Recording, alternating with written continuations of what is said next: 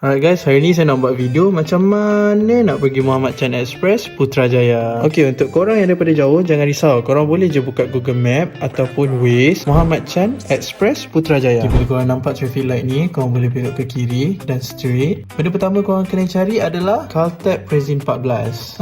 Nampak je Caltech Prezin 14 ni, korang boleh terus masuk dan belok ke kiri. Dekat sini korang boleh nampak Muhammad Chan Express Putrajaya. Okay, dekat sini ada banyak parking korang boleh pilih. Salah satu parkingnya adalah parking yang ada di hadapan Caltech ni. Jalan lurus. Sini pada parking kalau korang nak lebih dekat. Okay, korang jalan je straight.